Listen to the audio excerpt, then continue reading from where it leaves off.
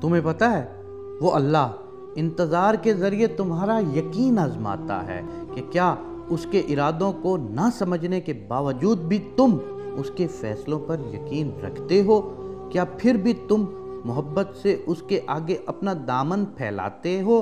یہی تو تمہاری محبت کا امتحان ہے کہ تم اپنی زبان سے اقرار کرو کہ کہو اللہ ہمارے لیے کافی ہے اور وہ کیا ہی اچھا کارساز ہے۔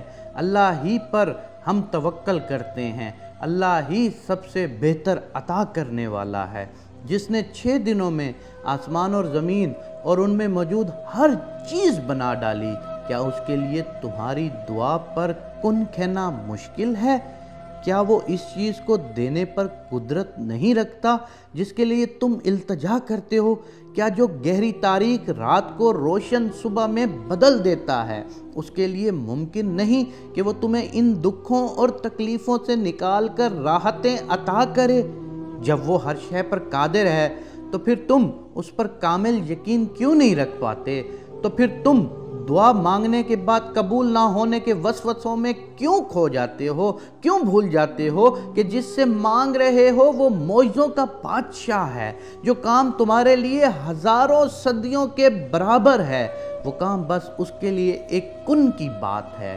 ممکن ناممکن، مشکل آسان، حاصل لا حاصل، تم دیکھتے ہو وہ تو بس اشارہ کرتا ہے اور سالوں کی بکھری چیزیں پل میں سمیٹ جایا کرتی ہیں۔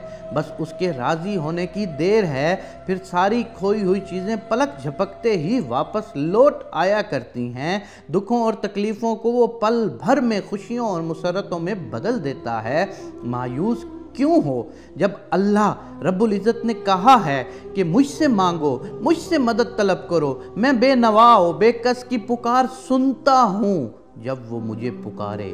تو پھر سچے دل سے اسے پکارو، دعا کے لیے ہاتھ اٹھاؤ، اس یقین کے ساتھ کہ اس کا وعدہ ہے کہ وہ اپنے بندے کو تنہا نہیں چھوڑتا اور وہ دعا کے قبول کرنے والا بھی ہے۔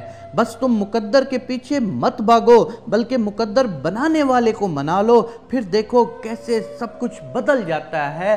بس تم اپنی تقدیر کا فیصلہ، بس تم اپنے نصیب کا فیصلہ، بس تم اپنے مستقبل کا فیصلہ صرف اس کی ذات کے اوپر چھوڑ کر تو دیکھو۔ جب تم اس کی ذات کے اوپر توکل کر کے دیکھو گے، وہ دیکھنا تمہارے توکل پہ کیسا پورا اترتا ہے۔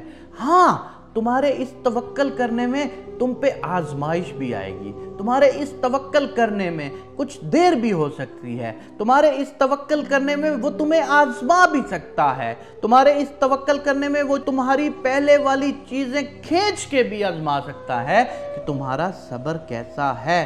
اگر تم اس کے صبر اور اس کے توکل پہ پورا اتر جاتے ہو تو نہ صرف یہ دنیا تمہاری بلکہ آخرت میں بھی تم اس کے نبی رسول اکرم صلی اللہ علیہ وآلہ وسلم کے قریب ترین دوستوں میں سے ایک ہوگے۔